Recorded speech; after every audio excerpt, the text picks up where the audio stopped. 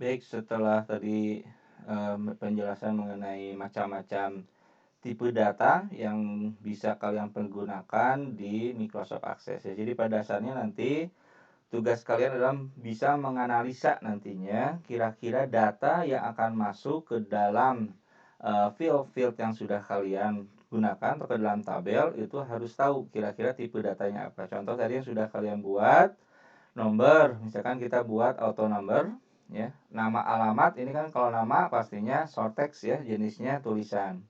Alamat pun demikian, kita buat short text. Kemudian rata-rata. Nah, kenapa dibuat number? Karena rata-rata kan kemungkinan pastinya adalah jenisnya angka ya, maka dipilih number. Kemudian keterangan short text juga ya, misalkan keterangan itu nanti lulus ya atau gagal gitu ya. Ini kan tes ya mengenai nilai.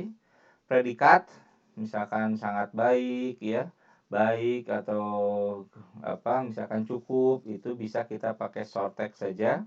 Dan sama tanggal tes, itu tipe datanya adalah date or time karena tanggal. Nah seperti ini ya, jadi kalian nanti harus bisa menganalisa kira-kira data yang nanti masuk ke dalam tabel tuh jenisnya apa. Maka kalian harus pintar-pintar ya dalam menganalisa, menentukan tipe datanya apa. Ya, tentu saja sesuai dengan kebutuhan nanti data yang akan ditampung ya atau yang akan disimpan.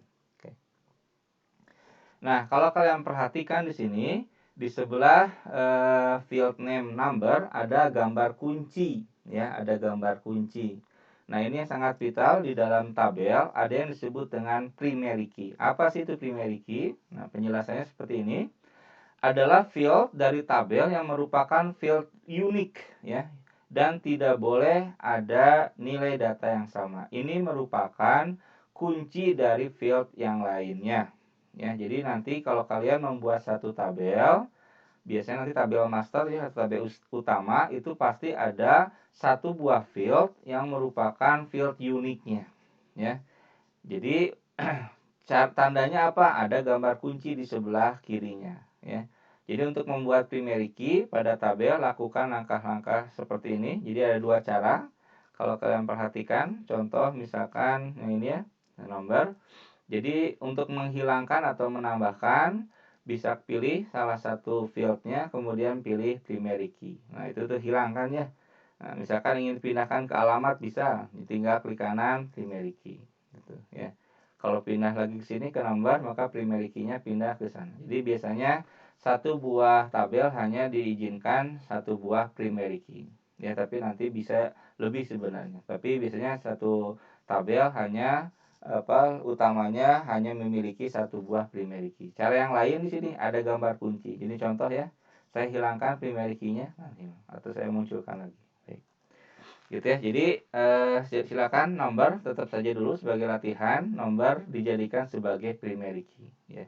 Tadi artinya adalah bahwa si number ini akan dijadikan field unik ya. Nah, tadi sudah saya jelaskan ini. Nah, jadi ketentuan primary key atau PK ya biasanya disingkatnya, field dari tabel yang merupakan field unik dan tidak boleh ada nilai data yang sama. Ini merupakan kunci dari field yang lain. Jadi nanti kalau kalian sudah menentukan satu field jadi primary key, nanti ketika penginputan data atau record ada beberapa ketentuan ya. Jadi yang pertama, field yang dijadikan primary key tidak boleh kosong ya. Contoh misalkan NIM mahasiswa, itu kan tidak ada mahasiswa Unicom misalkan yang tidak memiliki NIM. Pasti memiliki NIM kan ya. Karena contoh di tabel mahasiswa kan NIM itu dijadikan sebagai primary key. Kalau misalkan di tabel dosen nanti misalkan ada namanya NIP, nomor induk pegawai, itu jadikan primary key gitu ya, contoh-contohnya. Apalagi kode mata kuliah misalkan contoh, itu kan kode mata kuliah pasti jadikan primary key. Nah nanti ketika diinputkan dipastikan harus tidak boleh kosong ya, not null kalau istilah database-nya ya. Itu yang pertama ya. Jadi ingat, primary key kalau dijadikan satu buah primary field jadi primary key, maka dia tidak boleh kosong. Yang kedua, tidak boleh ada data yang sama atau tadi harus unik ya. Contohnya NIM mahasiswa itu tidak ada NIM mahasiswa yang sama antara satu mahasiswa dengan mahasiswa yang lain. Ya, jadi itu ya, setidaknya ada dua yang harus kalian perhatikan ketika menjadikan salah satu field jadikan primary key. Nanti ketika saat pengisian data atau record itu harus diperhatikan. Ya, jadi pertama tidak boleh kosong dan yang kedua tidak boleh ada data yang sama. Itu ya. Nah, ini data-datanya misalkan. Nah, ini kan kita sekarang nomor dijadikan primary key kan di sini ya. Nah, tapi tipe datanya auto number. Nah, jadi sebenarnya aman karena auto number itu kan tadi penjelasannya dia akan bertambah satu per satu gitu. Ya, tapi nanti kalau bukan auto number, ini yang harus kalian perhatikan, tidak boleh ada data yang kosong kalau primary key ya, dan tidak boleh ada data yang sama, harus unik. Oke.